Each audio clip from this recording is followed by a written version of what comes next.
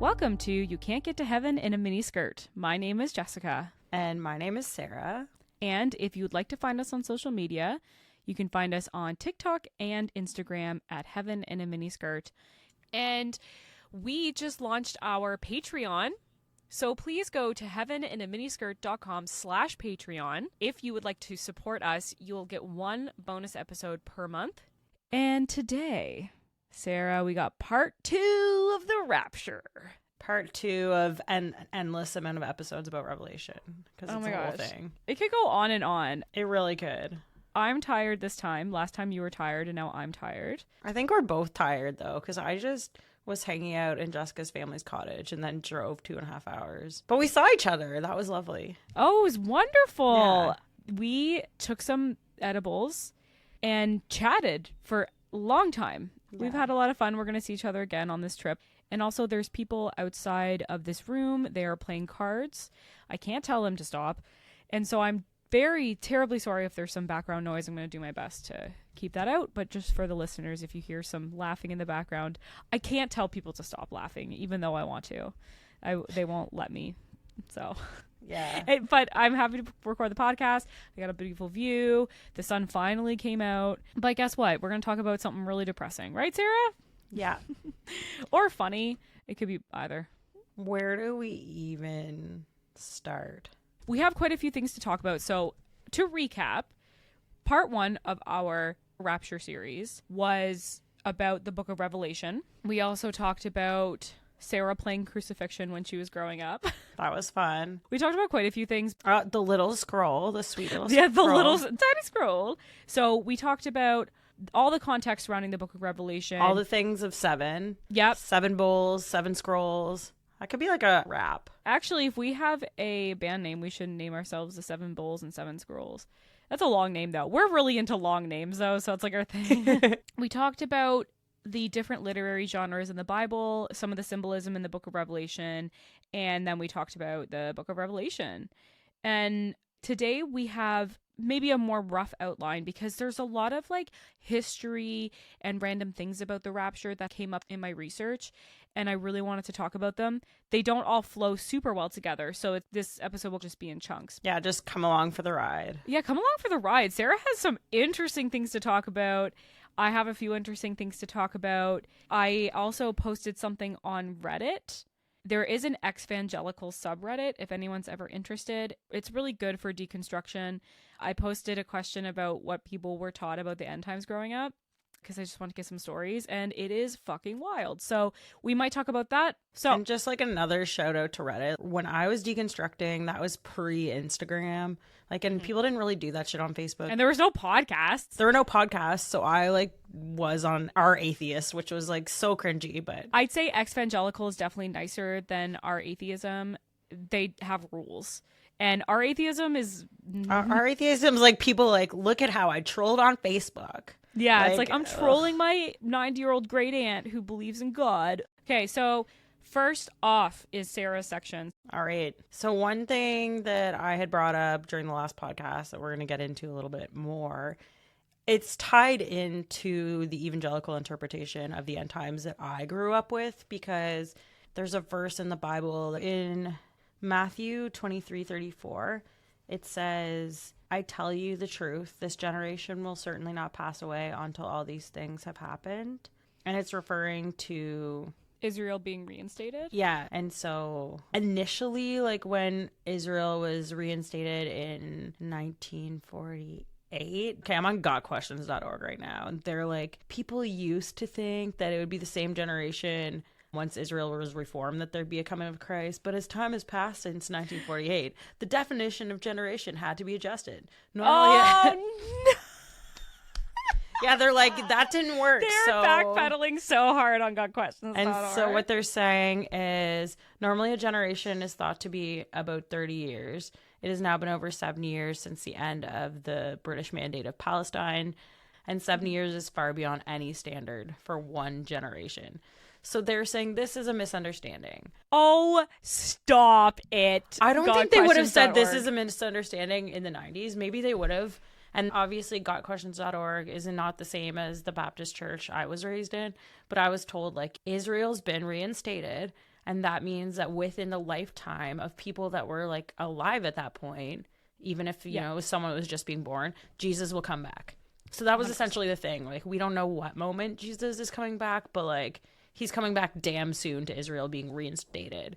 And Zionism, particularly like Jewish Zionism, was Jews from the diaspora. So Israel as a state didn't exist for hundreds of years, and Jewish people were scattered all across the globe. And then Jewish Zionism was wanting to reinstate Israel and to rebuild the temple in Jerusalem, and that came to fruition in 1948. Obviously, there'd been horrible things like the Holocaust, and it was a place for people to go to. It also involved kicking Palestinians out.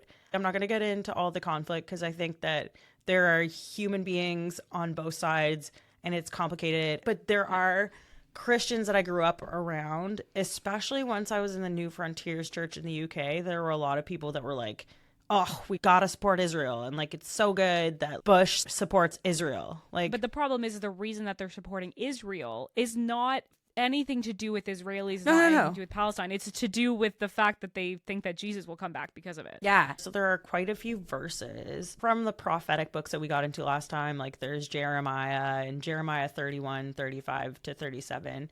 He speaks about the enduring of God's covenant to the Jewish people.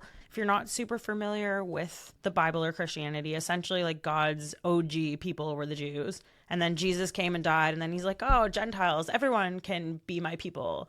And then, like, the Jews that didn't accept Jesus, he's like, oh, they're astray, whatever. He's like, the Jews are going to come back, and some of them will be saved. So that's essentially the vibe in a lot of these verses. Like, Some of them will be saved, as in they'll convert to Christianity. Yes, they will accept Jesus as their personal Lord and Savior, and he will enter their hearts, and then they'll get baptized in the Holy Spirit, and then, yeah, Jessica's eyes are rolling if you can't see.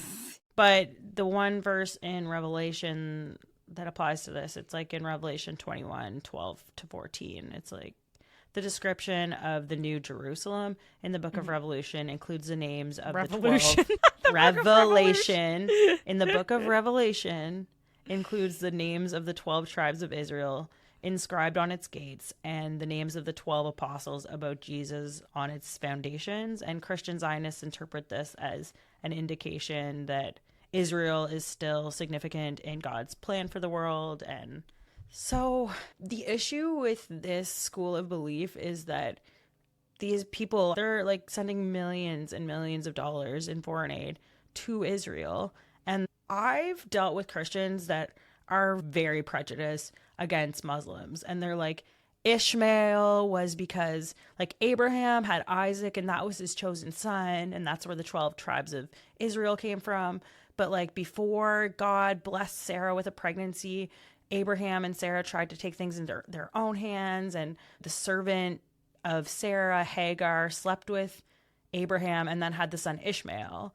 And then Sarah cast Hagar and Ishmael into the desert. And so all the Arabs are said to have descended from Ishmael. And so the Christians are like, if he had just listened to God's original plan, then there wouldn't be Islam. And now they have Islam, and it's like, what the fuck? Demonic, and it's trying to take over the world. Oh my God. Yeah. Anything, you know, what's great about these Christians, not all Christians, just these Christians, is that like, if they don't like it, it's demonic. Like, they just slap that label on it. Yeah. And I mean, so Christian Zionism, I think people that push it to the point where they're dehumanizing Palestinians, and they're viewing like what happened when Israel was formed as like, no, that was their right to that land before. I'm like, okay, y'all live in North America. How about you all move then? Because we stole the land away from the indigenous people. And like, history is just a repeat of people going in and colonizing. And I know I just went on a total rant. All right, so back to Zionism. Can you explain to me, like, well, can you explain to me what it is? Because we jumped into Israel-Palestine, and we didn't really talk about Israel actually being reinstated and what the history is surrounding that. Is there anything that you can... Yeah. Yeah. So I can rewind a little bit. So Christian Zionism is a belief system and a political movement that emerged in the 19th century. And it's basically based on the idea, like you had said, establishing the state of Israel, that it's the fulfillment of the biblical prophecy, and that the Jewish people and that particular area of land are significant in God's plan for the second coming of Christ and judging everyone and casting people into the lake of fire and all that fun stuff. And so Christian Zionists, they believe, not just for their own motivation, but they believe that Jewish people are in particular a special group of people chosen by God, and they think that they have a divine right to the land of Israel. That's why Christian Zionists are very adamant about supporting the state of Israel when you're looking at like funds that you're sending, or even on a military level, politically. We know that the United States and Israel are very strong allies. It's sad to think, and very bleak to think, that part of the reason why the U.S. is trying to keep Israel as a nation is because of the Book of Revelation and the Bible, by the biblical prophecy. I'm not saying that's the only reason why they're doing that, but it certainly is part of the reasons. And I can give you like a few of the reasons that they have this theory, where the basis of this is coming from. So in the Book of Revelation, it has a few passages that are interpreted in the framework of Christian Zionism. And so these are, again, related to the restoration of Israel. So they believe that the reestablishment of Israel fulfills biblical prophecy, and it signifies the beginning of the end times and the preparation for the return of Christ.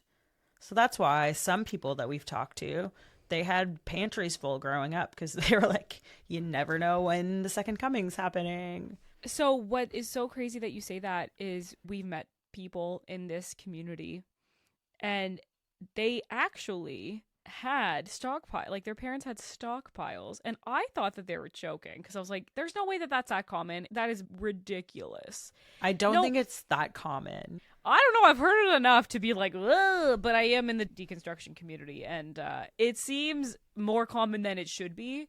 There's a different reason to be a doomsday prepper than there is to be like a Revelation doomsday prepper. Like, those are totally different levels. When I was doing research, I think it makes me so sad that there's all of these young Christians that think that Jesus is just about to come back, and like they don't care about anything, because they are just like, well, Jesus is gonna come like any day. But it's like, it's always been this way. I know. That's how I felt growing up. Like, I just remember having nightmares about everyone being taken up except me, like very Left Behind style-esque. All the Christians just disappear. And I remember just like thinking about this a lot as a child, like, oh my gosh, what would the world be like? And people aren't even going to connect it to God. They're not even going to believe after all that happens. And I'm like, how could they not believe? Because it's not real. Because it's not real. It's not real. But, okay, so when we met, we were 12. Is this something that you thought when you were 12? You were like, I gotta save. Absolutely. Were you trying to like save your friends? Yes, of course I was. Jessica, I strategically prayed for you and fucking had you on the list of people that I prayed for that weren't Christians. And What? Yeah, have we not talked about this? No. I basically groomed you. No, that sounds fucking crazy, but it's like grooming when I think about it now. Oh my God, like first, Sarah, I'm so scared. You get up the courage to mention that you're a Christian. You might like slip it in. Or I remember on my MSN profile, it was like in like my religion, I'd put Christian, and that was like very strategic. I took a lot of courage to put that. And then I remember like wanting to invite my friends to youth group and camp. And yeah, no, the motivation was that so everyone would become a Christian. And you did this too. You did this shit too. I did? Okay. Yeah, you were like, we had this one friend. We'd be like, we need to get her to come to camp. We need to get her to... No, we all had this mentality. You know what's really funny? In my recollection, I don't think that I was like, oh, she needs to be saved because she's not saved, she's going to go to hell. I think it was more like, she'll have a lot of fun here because I have fun here. Like, I had fun at camp. You're blocking it out, man. I know. She who was crying after touching a dick, like, you're blocking it out. This happened. Like, this happened. I'm not crazy. Like, we were like, oh, I'm worried about her. I want her to become a Christian. It's so weird because God, I hate myself. Do you hate yourself a little? Like, do you just want to like crawl into a hole and die right now? I've gone through those moments in deconstruction, and I'm like, I've even like talked about this not long ago in therapy. And to me, it was a very rational thing that I'd want to do that if I believed that the end of the world was imminent and that people who didn't accept Jesus in their hearts were going to be tortured forever. Like, I probably wasn't doing enough if I firmly believed that. That's true. Your intentions were so pure, but you were also so young. Like, we're only in our 30s. Like, we have so much more growing to do. But I've certainly grown up a lot since I was 15 years old trying to get my friend to come work at camp. Like, the intentions and our belief system, our beliefs were just so black and white at that time. And I mean, that's how I've been raised. I remember like meeting the first person that wasn't a Christian, and my mind was blown because I just thought everyone was a Christian until I was like 5. And then and the person that I met that wasn't a Christian was a Catholic, because we know how that goes. No. They're not real Christians. I definitely wanted to convert you. In Baptist Sunday school, they're like, invite your friends that aren't Christian. Like, tell your friends about, like, you're told to go your out. eyes were so crazy. Invite your friends. You're told to go out into all nations and preach the gospel. Like, I converted people all through my childhood. Did any of it stick for anyone? Obviously, I didn't do a very good job because I'm trying to think. And I think every single person that I brought to church are no longer involved with the church. The people that you brought to church are now on a podcast bashing the church. So, yeah. Good job, Sarah. Okay. So I can continue. The first point was like restoration of Israel. And then we get to Jerusalem. It's holy because it's going to be the eternal capital. And then you get into the Battle of Armageddon. So Revelation describes that final battle in Revelation 16:16, where it's like good against evil. And some Christian Zionists think that this is going to be a literal battle that's taking place in Israel, leading to like the ultimate triumph of God. And yeah, so they just really think that like overall that Zionism, the restoration of Israel, has a super important role in God's plan for the end time. And that they see like Israel's existence as a sign of God's faithfulness. And I will say, Jews as an ethnic group or as a religion, they are like one hell of a resilient group of people. Like, they have been persecuted everywhere they've gone and shit on and hated. And you know what? They're very resilient. And me questioning the legitimacy of Christian nationalism has nothing to do with like, I hate anti-Semitism, and I hate that there's been a rise in it in recent years, and especially in the United States. I have a question about Zionism. Sure. In your research, did you come across anything that talked about the establishment of on the Mount, worship place on the Mount? Like the rebuilding of the temple? Yeah, so the rebuilding of the temple.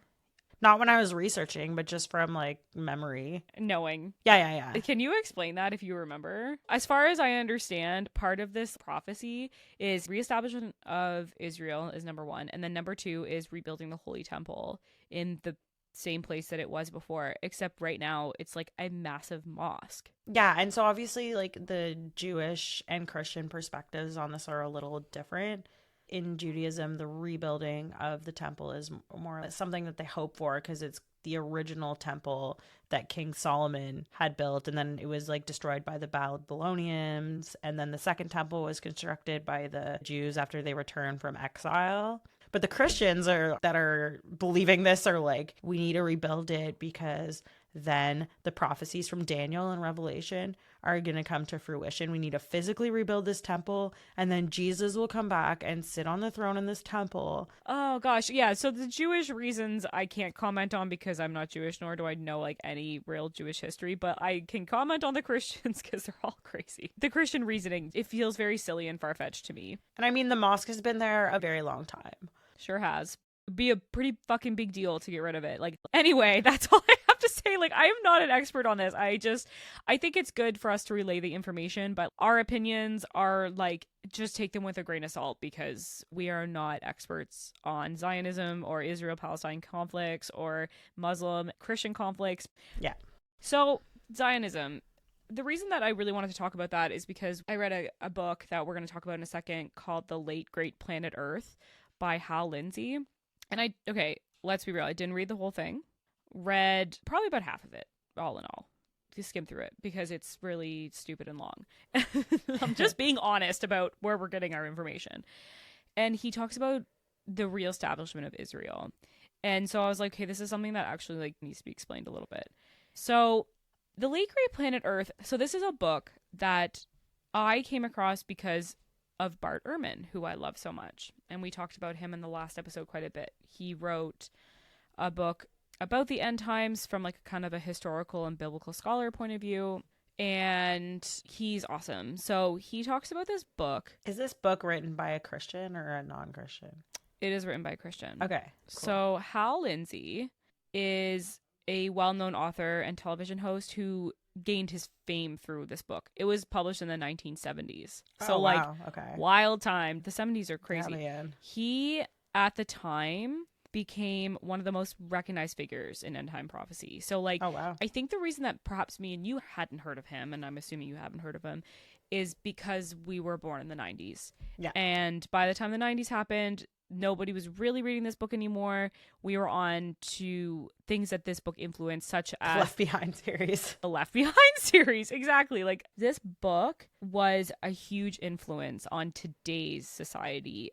The whole book is a lot of talk about various biblical prophecies being fulfilled. We don't have time to talk about the whole thing. The whole thing would take a whole episode. I just want to say that he has written like 1,000 fucking books. Like, if I'm just looking through his Wikipedia list, like, it's just a huge fucking list of books. It looks like Sean McDowell's shoe collection. Does he have a big shoe collection? Yeah, he just posted this new post on Instagram, and it was like, look at my newest kicks. And it's like a closet full of fucking shoes, and I just tagged Preachers and Sneakers account. Yes, that's like, such a good idea. I Preachers and Sneakers. Yeah. That's great. I hope they see it.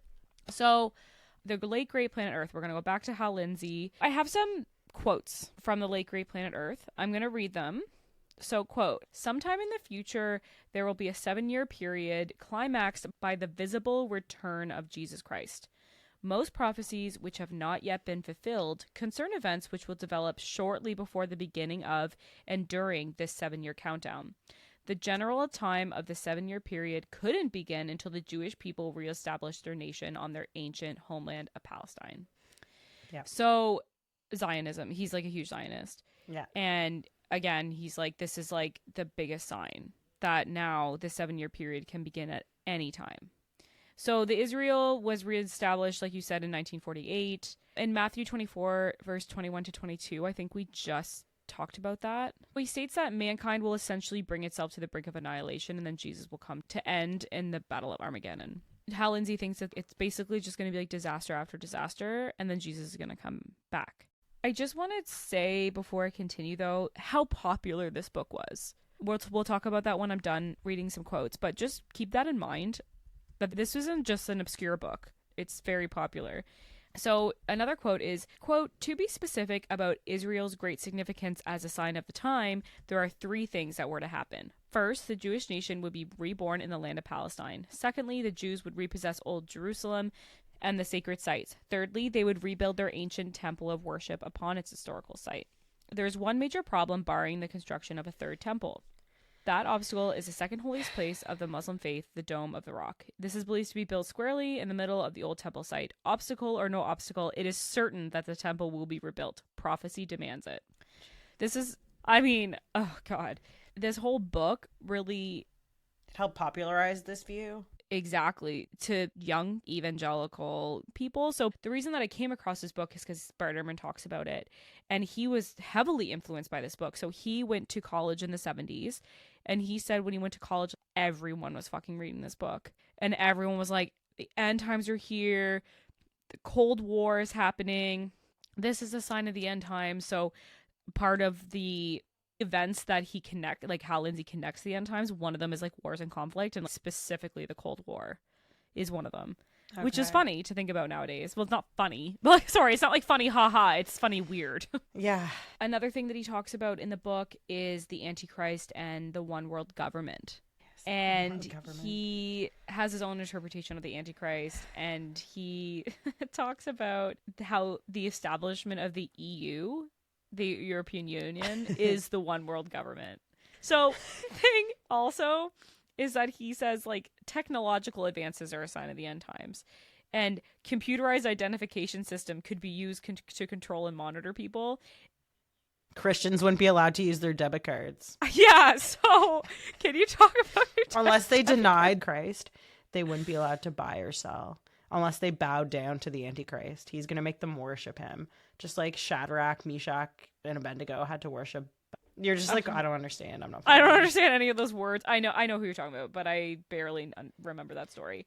But they also think that people are going to get microchips put in them, and that's going to be the mark of the beast. Barcodes. I heard about barcodes being the mark of the beast. Like barcodes. How are barcodes a mark of the Someone beast? showed me, they're like, this is a barcode. I like, see how these 3 lines come down. Like, there's thicker lines. This means 666. By the way, you're holding up a cannabis drink, and you're like, look at the barcode on my cannabis drink. Barcode. They said that, like, the thicker lines meant 666. I don't know. This is what I was told. This person had a theology degree. This was my youth pastor in 2001 that was like... But, like, what about barcodes?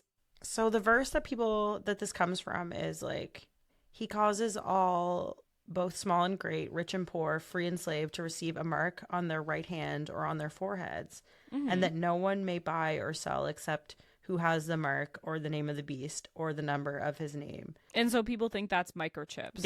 Yeah. Microchips, or people have thought that, like, the UPC scanners, like, they thought it was like the barcodes. And like, I guess on products, they thought they were going to get them on people? No, that they thought on products. Some people thought that it was like a sign of the mark of the beast. I think, okay. And anyway, they said, okay, there are 3 longer bars in each code, one in the front, one in the middle, and one at the end. And some people would say that represents 3 6s. Jesus Christ. And this is a Wired article. They're calling it an urban legend, but my youth pastor believed that. And in 2001, I was like, oh my God. And I mean, then you get into COVID vaccines, and that ties into the World Economic Forum. If you really... Okay. So tell me about the world. Okay. This might not make it into the podcast. It depends on how fucking batshit this is. So World Economic Forum. This is about as batshit as it gets. So I spent about, don't judge me, about 2 or 3 hours of my life, like when I was sick in bed, like going down the TikTok rabbit hole. When? On this. Like recently? Yeah, like Saturday. like last week. Yeah. So it's all fresh in my mind. So essentially the World Economic Forum, what's a guy that founded it? I don't even know what the World Economic Forum is. Should I know what that is? Yeah, you should. Shit. It was founded by Klaus Schwab. And basically, like, Klaus Schwab, his dad and grandfather had ties to the Nazis. So he's a German engineer. And I guess, like, it's been going on since, like, 1971. And essentially there's, like, all kinds of actors and, like, really powerful people. Like, Justin Trudeau goes there, like Barack Obama, Trump, politicians from all around the world, the German prime minister, like all of them. Okay. And world leaders are going there. World leaders are going there. And they have a meeting every year in January in the middle of the Alps, like in Switzerland. And oh my God, this is starting to sound familiar. Okay. It brings about 3,000 paying members for up to 5 days, and they have 500 different sessions with like different speakers. They talk about things like global redesign, the Great Reset. So they're like a pretty powerful organization with lots of think tanks, lots of people like getting together, making deals and stuff. But the conspiracy theorists think that COVID was planned by the World Economic Forum. Okay, I didn't think we were going that direction. To get people desensitized to wide government control of its populations. And the World Economic Forum's ultimate goal is to have a one world government. This is what the conspiracy theorists say. Mm-hmm. A one world government where communism is like the thing for everybody, and if they want to like implement a social currency. Yeah, so there's an episode of Black Mirror like that. Yeah, essentially they think like all the things on Black Mirror are gonna happen, and then there are some Christians that are going down this rabbit hole that are like, this is Nikolai Carpaccio. yeah. Well, actually, this fits in really nicely with Kirk Cameron's movies and Left Behind. And he is super mentally stable, as we know. God. No, he's a No, grifter. we're not talking about Kirk Cameron No, today. we can't. I've already given him enough screen time. Yeah, Rest and of my enough life. of your time and your brain. Yeah. He's living in your head rent free. Don't let him. Go away. What do they say? Like, get away, Satan. Get away. Get away. In the name of Jesus. In the name of Jesus, Kirk Cameron, leave me the fuck alone. And then they believe that Elon Musk wants to microchip everyone, and then they're going to control our thoughts, and like no one's going to be allowed to be a Christian. And They're so persecuted. but I remember being like, in the end times, like they will kill people for being Christian. They'll go up and they'll hold a gun to your head and they'll be like, are you a Christian? Yes or no? And they'll shoot if you say yes. And like, if you say no, then you're not a true Christian. Yeah, actually interesting that you say that with like the true Christian thing, that there's this like belief that they instill into children of maybe more intense Christian denominations, obviously not all, that like it's almost a fantasy that someone comes and like a shooter comes in and then he's like, is there any Christians here? And then you stand up and say yes and then you die. I'm not laughing. It's not funny, but like It's this not shit was funny. told to us. Like It was, and Eve was framed on TikTok. That's a TikToker that we follow.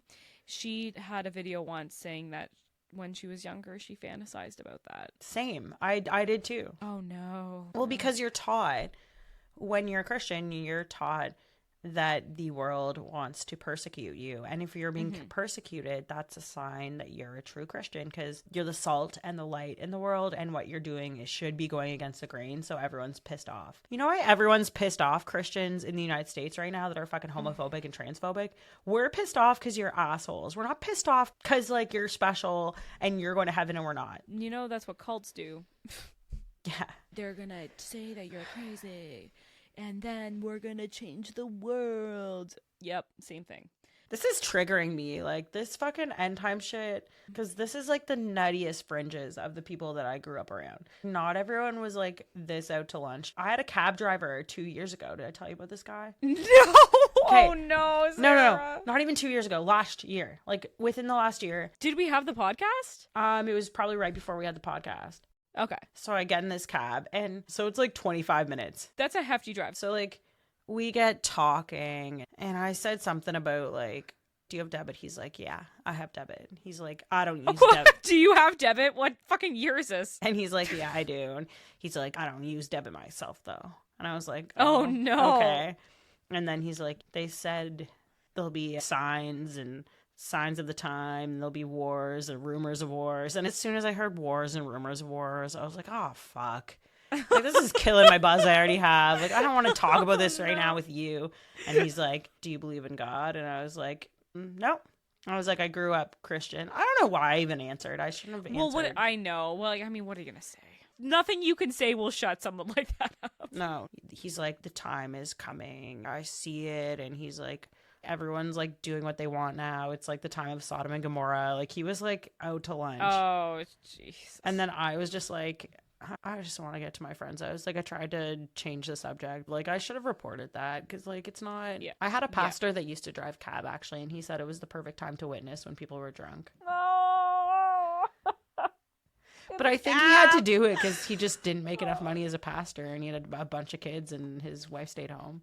Oh, so he made it seem like he wanted to drive a cab in order to witness to people. He wasn't like, I need the money. He's like, no, I want more people to come to God. That's so great. What the fuck? Oh my God, Sarah. Every interaction's an opportunity. You might be the only Bible that someone ever reads.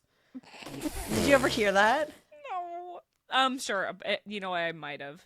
Again, a lot of this was blocked out, but I don't like evangelizing, and I never liked that. Yeah. I would have been the one in the group that distracted everybody so that we didn't actually treasure hunt. Okay, we got to move on from because we do have a couple more things to talk about. I wanted to talk about Revelation 20 verse 1-6 when they talk about this 1,000 years, because this actually gives us a bit of history on end times views. What I'm going to do first is reread these 6 verses. Okay. And then we're going to talk about the different views of the 1,000 years that they talk about in this. So Revelations 20 verse 1-6. If you're following along in your Bibles, I'll give you a second to get there. And you sword fight with us. Did you ever do sword fights?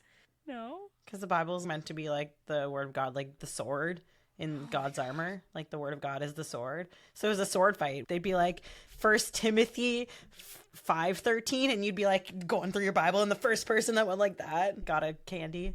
You make me want to hang up the Zoom call. I'm going to hang up. I hate this so much. What are you talking about? I'm going to read this. Okay, so Okay.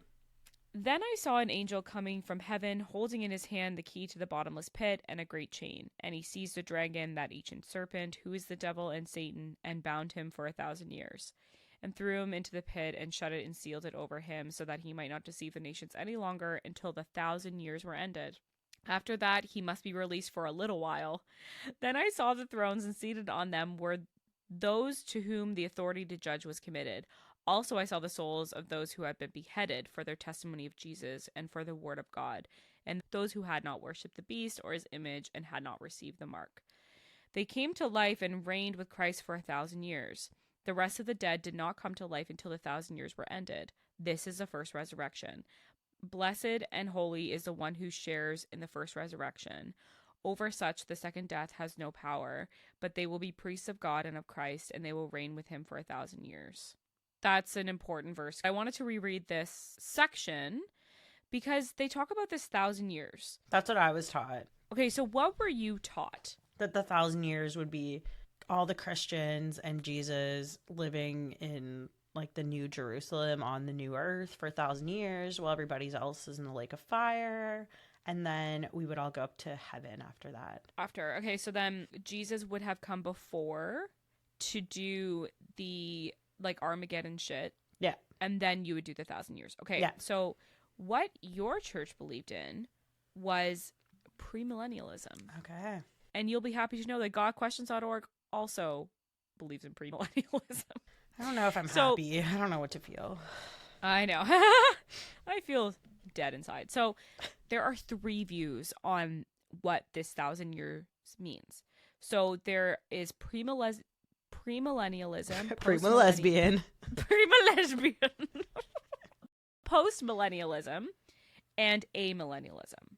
So we'll talk about lesbian last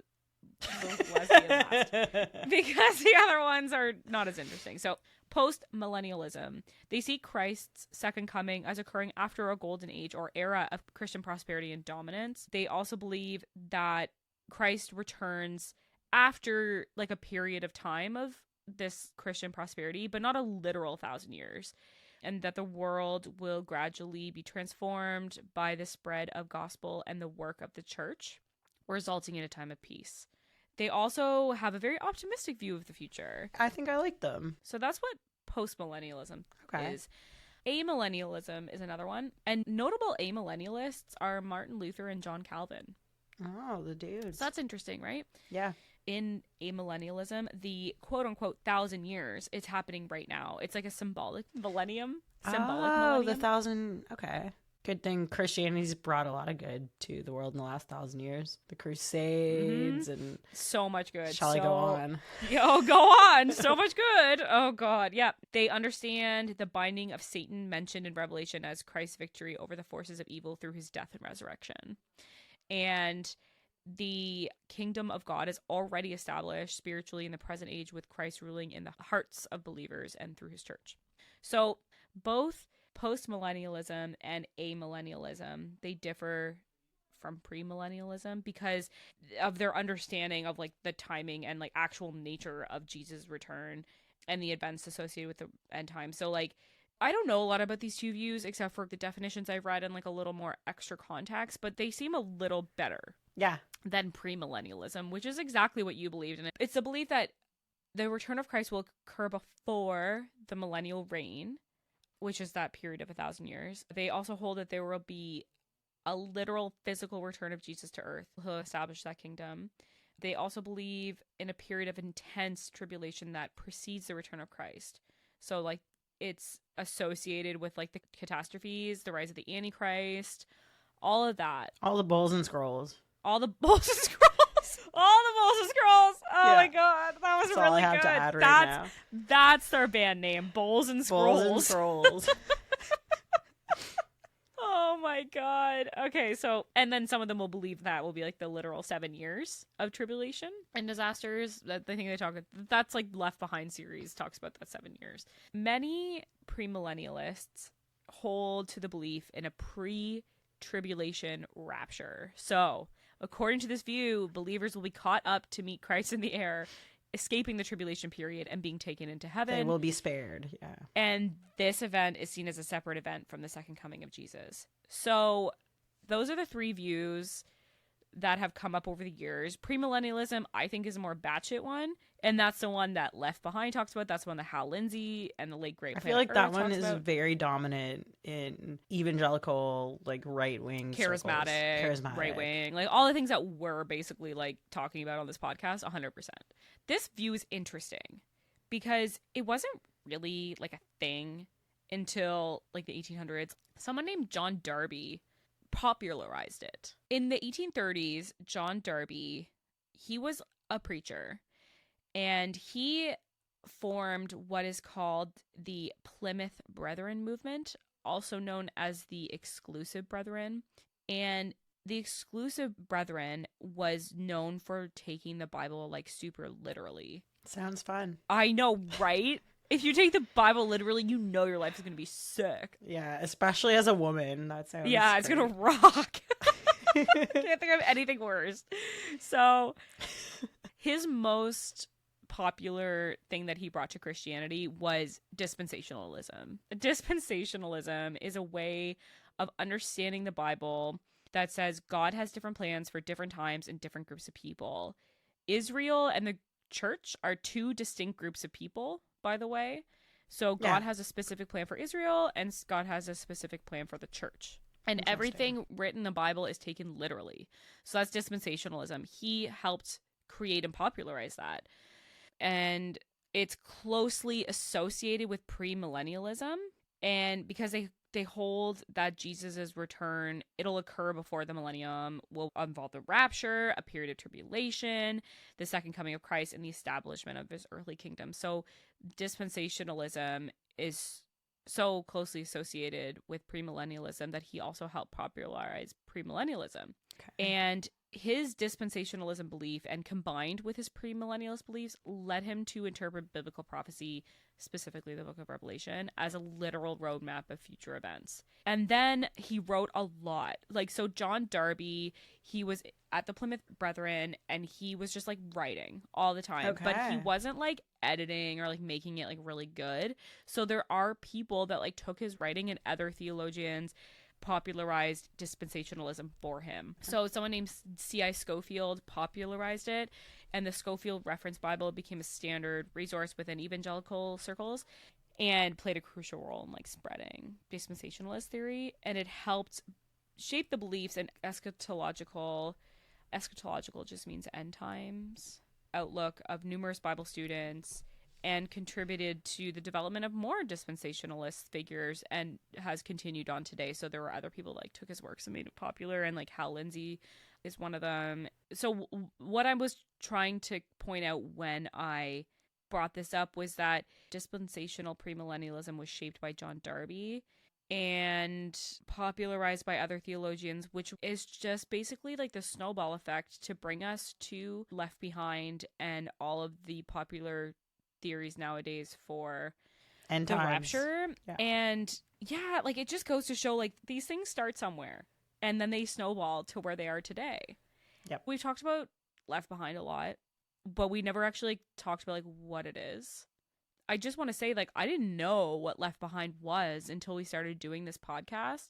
And after going on Reddit and like on Instagram and people talking about their experiences with the Rapture with us, it is wildly popular. Yeah. In Christian circles. It's like the Harry Potter for Christians, but it's like giving kids nightmares. And they believe that it's like based on true future events. Yeah, because that's what premillennialists believe. This is what the evangelical circles believe. This is what Hal Lindsey wrote about. This is what John Darby believes. This is what John on the island of Patmos wrote, and now here we are. Question, Sarah. I have a question for you. Sure. Last night, we were hanging out at my parents' cottage, like a little bit high, talking about the episode that we're going to do today. And you said something about sleeping souls. Oh, soul sleep. Oh, soul sleep. And I said, stop talking because you need to talk about this tomorrow. So can you talk about that? Yeah, soul sleep. So I remember being horrified because I grew up being told that when someone died, they would go to heaven and meet Jesus right away. And then I ran into someone that believed in soul sleep. And within, I think they were in the Baptist church. I was pretty young, but I remember being horrified, being like, what? Like our souls are going to fall asleep until Jesus comes back? Essentially, that's what the belief is. It's that anyone who dies before the second coming of Jesus is just going to sleep. So like, it's going to be like they're meeting Jesus, but they're going to be asleep until then. So like Abraham, Isaac, all the great people in the past, even the prostitutes like Rahab, Tamar, the ones that God likes, they're all going to just be asleep. And then when Jesus comes... Like they haven't even met Jesus. No, they haven't met Jesus. So the actual belief in soul sleep is known as Christian mortalism. So it's a concept that after death, the soul remains in a state of unconsciousness until the resurrection. According to this belief, the soul does not immediately go to heaven or hell, but enters a state of rest or sleep, unaware of the passage of time. And this belief is based on a few different biblical passages. You have Ecclesiastes 9:5 that says, "For the living know that they will die, but the dead know nothing. They have no further regard, and even their name is forgotten." So this verse suggests that the dead are unaware of what happens after life. And then there's Daniel 12:2 that says, "Many of those who sleep in the dust of the earth shall awake, some to everlasting life and some to shame and everlasting contempt." So people believe that this refers to like the judgment of Christ. And then in the New Testament, in 1 Thessalonians 4:13-15, it says, "But we do not want you to be uninformed, brothers, about those who are asleep, that you may not grieve as others who do not have hope. For since we believe that Jesus died and rose again, even so through Jesus, God will bring with him those who have fallen asleep. For this we declare to you by a word from the Lord, that we who are alive, who are left until the coming of the Lord, will not precede those who have fallen asleep." So this passage refers to believers who have died as being asleep, implying a state of rest or unconsciousness until the coming of the Lord. The fuck? So how many people do you think believe this? it's a great question. I feel like, it seems again, a little more obscure. I feel like if you look at general Christians, they'll be like, yeah, like I read my Bible and I pray, but no one's like looking at Christian mortalism. I think people just live their lives, and I really don't think they care. And obviously the person that told me about that when I was like 11 or 12, like gave a lot of shits because they're like, no, you're not going to meet Jesus right away. Like you're going to... Spoiler alert, it was me that told you. Yeah, no. And when we were 12. But that threw me off. And I've had so many moments like that. Because when I was growing up, like I just thought that the way the Baptists interpreted the Bible was like that was the right way, and everyone else was interpreting it wrong. Yeah, well, that's what everybody thinks. Yeah, I know. But like I didn't know that. I was just like, we're right, they're wrong. How could they not see it this way? Then whenever someone would come with a different interpretation, I'd be like, whoa, how are there so many different interpretations? And that's when I got to the point being like, the Bible can say whatever you want it to say. Unfortunately, you can make an argument for... That's a sad day as a kid. It is. You can even make an argument for abortion on the Bible, because like there's a verse in Psalms, I think, where God says like, blessed is he who dashes a baby's head into a rock. Like, but like you could literally, you can make it. God. And there are some good things in the Bible, and there's some awful things, and there are lots of just boring things that are obscure. But I'd say most of the things are boring and obscure. Even the verses that people take and interpret them to be something crazy. If I had read that, I would have had a completely different interpretation of it. So we went through the notes really fast. This was a mishmash of... I was hoping that it was going to be more organized, but I wasn't able to make it more organized. So I hope it was for you guys. But I really wanted to say, before we go, is that like I said earlier, I posted something onto the Evangelical subreddit. So thank you for those people who might be listening today that also commented, asking for what you believed in growing up about the rapture. What were you taught? So all of these people that are on the Evangelical subreddit, some of them are people that have deconstructed from evangelical Christianity. Some of them are still Christian. It's just a deconstruction community. Yeah. the stories are like wild. So there's about 71 comments, and I'm going to put the link in our show notes so that you can go to the thread, because I'm only going to read a few of them. And is this our story time with Sarah this week? Oh, okay. Do you want to do... Yeah, story time with Sarah will actually just be us reading through the Reddit thread. Yeah. Okay. Welcome to Story Time with Sarah. Sit back, relax, and enjoy a story from our favorite book, the Bible. Okay, so story time with Sarah is not going to be a Bible story. It's going to be people's traumatic rapture stories. So you can put away your Bible and you can just listen. Yeah, we're done with our sword fights today, everyone. The link is in the show notes. So my favorite and the top comment is by Skater Girl Jubilee. So shout out. Thank you for commenting on this. As far as stories, we practiced drills for when the rapture came and we didn't go. According to them, you could lose your faith for anything. It was day to day. I went to a fundy Christian private school, and we would hide under our desks, like in nuclear bomb threats in the 60s, except I'm a millennial, and this was the 90s. My biggest memory during that time was being told by a classmate that my sister, brother, and I wouldn't go to the rapture of heaven because we're black. My parents raised us as white evangelicals, even though we're a black family in the South. So yeah, LOL. And the first comment says, the only response I can give to this is, what the fuck? So that's my response too. That one's so wild. Another story is... T320 is, my family would listen to the radio dramatization of Left Behind that aired on a local Christian station. I was always terrified and second-guessed myself as to whether I was really a Christian or not. I used to wake up in the middle of the night and go to check everyone was still asleep in bed and hadn't been raptured, leaving me alone. So why is this like the most common story in the whole world? So what the fuck is the radio dramatization of the Left Behind series? We'll have to listen to it. I have not heard the radio. I know there are books and movies, but... They're so fucking obsessed with Left Behind. So there's quite a few more comments. What makes me so sad about this thread is that the evangelical subreddit is pretty small. And there's like 70 people telling me a very similar story about terror, that they were going to be left behind without their family, and they weren't real Christians because they called their brother a jerk last night and now they're not going to go to heaven. And that the Left Behind book scared the shit out of them, and they still have nightmares. And there is some stuff online about what's called rapture anxiety and things that people are still dealing with today. Yeah, it's 100% religious trauma, or even complex PTSD from religion. Absolutely. So this is not something that I was taught as a child by my family or anything. The book of Revelation, in my experience... And I really, truly don't think I'm like blocking anything out here.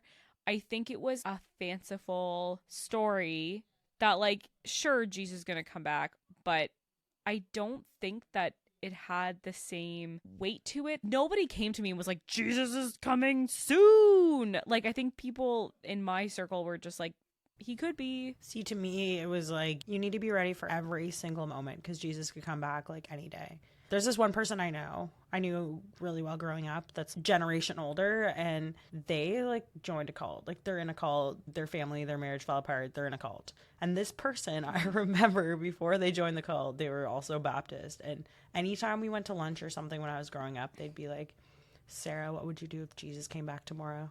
Would you have things that you have to answer to or things you'd have to ask forgiveness for? Yeah. I remember like the last time I saw this person, I was like 15. We were at fucking like Pizza Hut and they asked me that. Oh my God. But you know, my thought after wasn't like, that was weird. My thought was like, oh, there are things I need to figure out. Oh, God. I think the part where people are like, oh, religious trauma, church hurt, why are you so butthurt over this? When you're a child, you grow up watching Disney movies and there's things that are scary in them, but you know that these are just stories. If you asked your parents, they'd be like, oh, it's just a story, it's not real.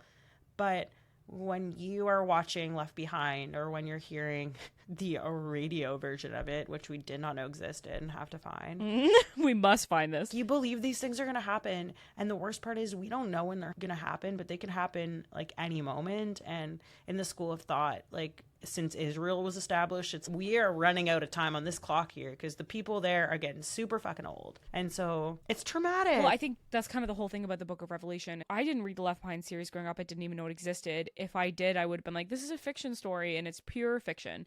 I grew up reading Harry Potter, or maybe some people read the book It by Stephen King. You can reason with yourself as you get older to be like, oh, okay, yes, I was scared of this as a child. I read it when I was too young, but it's not real.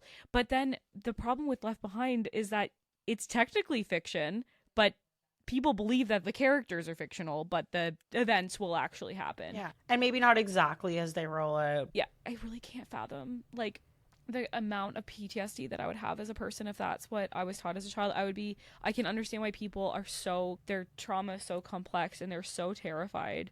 And the deconstruction of just the Book of Revelation is so complex. And I'm getting like angry and emotional and triggered. And it's funny because this wasn't even one of the issues that I like went down the rabbit hole for. This is surface. This wasn't one of the ones that I like studied in super depth, like since 2001. Oh, yeah. What happened in 2001? We did a Bible study series on it when I was in grade 6. Oh yeah, so appropriate. So I wanted to watch one video on TikTok that I have saved because I didn't know how much TikToks we would get into. Unfortunately, I just think we're running out of time. It doesn't mean that we won't continue this series at some point. Right now, this part 2 is part 2, and there hopefully will be a part 3, whether it's here or on Patreon. But this one TikTok is really interesting. So this is Haystacks in Hell. They are a fellow podcast, one of the fellow deconstruction podcasts, but they are specifically a Seventh-day Adventist deconstruction podcast. And this TikTok was just quite interesting. I asked them if I could put it in the podcast, and they said yes. Okay. I grew up Seventh-day Adventist on the west coast of the United States, and we were taught that in the end times, Catholics and other Sunday-keeping Christians were going to hunt us down and try to unalive us. SDAs go to church on Saturday instead of Sunday. It's a big point of pride, a big part of the identity. And so the thinking is, because we're different and we're not doing what everybody else is doing, the Catholic Church is going to try and bring us in line. Not every Adventist believes this today, but many grew up this way, many were taught this, to the point where some Adventist boarding schools and churches even put on end time simulation events. Some people had to build tents in the forest out of leaves and sticks. One church even put on an event where people dressed up as cops and military people simulating a kidnapping to prepare Adventists for the end times. Huge religious trauma for many people. Isn't that wild? Jeez. That's like the story that was shared in the post on Reddit. Yeah, so he wanted me to just reiterate that not every Adventist believes this. However, it is something that they were taught as kids. So, like, hashtag not all Seventh-day Adventists, not all Christians, like, you know what I mean? Yeah. And I mean, we should say, we've said a lot of things about Christians this episode. Obviously, not every not Christian all thinks Christians this. believe Like, this. Not all evangelicals, not all Baptists. But it kind of goes to show that, like, Seventh-day Adventists are definitely, like, a sect of Christianity. They are very separate from, like, evangelical Christianity, charismatic Christianity, but they have their own specific views of the end times. And thinking that other Christians, the Catholics, the whatever, are going to hunt them down. I know people that believe that the Pope was the Antichrist. I bet there's a whole TikTok rabbit hole about that, Sarah, that I'm not going down, but I'm sure there's a lot of people that believe that. Hopefully not a lot. I'm sure there's just a few. But I just wanted to show that video because it goes to show that there are likely several different types of end times prophecies depending on the denomination of Christianity that you're in. Mormons have their own as well. Most religions have some sort of end time story. Yeah, and they're all kind of different. So, Sarah. Yes. What did we learn today? I learned that Revelation even triggered me. I didn't know that. I just always thought it was weird, and I found it, like, interesting. And you said you thought Book of Revelation was awesome. Yeah. I feel like when I was a teenager, everyone was like, oh, it's so fucked up. Like, it's crazy. I think I always thought it was crazy, but I didn't think it would actually happen. No. I feel like I've learned a lot by doing the research on the Book of Revelation, and I'm glad that I was the one to do it because I think that I really needed to understand it better and understand why there are people, prominent people in this world, people that are supposed to be professionals and like Congress people and politicians that believe that Jesus is coming and the end is near. And I think that's very upsetting that they want that. They want this to happen to their fellow humans. They're like, fuck you. You're going to burn in lakes of sulfur. You're going to be on cruise ships and die. All the stars are going to fall from the sky. You're going to be crushed by hail, like bowls and scrolls all the way down. Bowls and scrolls, and you're going to get boils all over your skin, and the locusts are coming for you. And they're celebrating that. Yeah. It is beyond fucked up that somebody would think that's a good thing. Well, we deserve it because we're inherently bad and we haven't accepted Jesus and denied our human nature. What fucking makes you think you're gonna go to heaven? If you're someone who's celebrating this, you're not fucking going to heaven. Jesus doesn't want you. Jesus wants the nice people, if he's even real. He was real probably, but he's dead now. He's not coming back because nobody comes back from the dead. Not even Jesus. Unless you're at Bethel School of Supernatural Ministry. Have they ever brought anyone back from the dead? That's a great question. Sarah, I think I know the answer. You don't even have to look it up. It's no. Have you heard of Francis Chan? No. He claimed that he teleported. He's like this my Christian. God. You know what? We're not going down this rabbit hole right now. Thank you all so much for listening. Check out our thread on Reddit in the show notes. Just a quick announcement. We have one more episode coming out after this, and then we have no regular episodes coming out in August. We will be starting back up in September. We just need a break because we're tired. But there is still one more episode, and I just wanted to let you guys know, and we'll announce that again. And we love you. And buy merch if you want. Yeah, okay. I'm done. And we're tired. Okay. Okay, Bye. bye. Bye. Love you. No, you can't get to heaven and be scared, 'cause the Lord don't want no little birds. It's interesting that it just continued. Like, we fucking Christians, man. Okay. He also. You're like, I'm not going to finish this idea. I'm just going to say fucking Christians. Like, Fucking Christians, I know. I'm just so tired.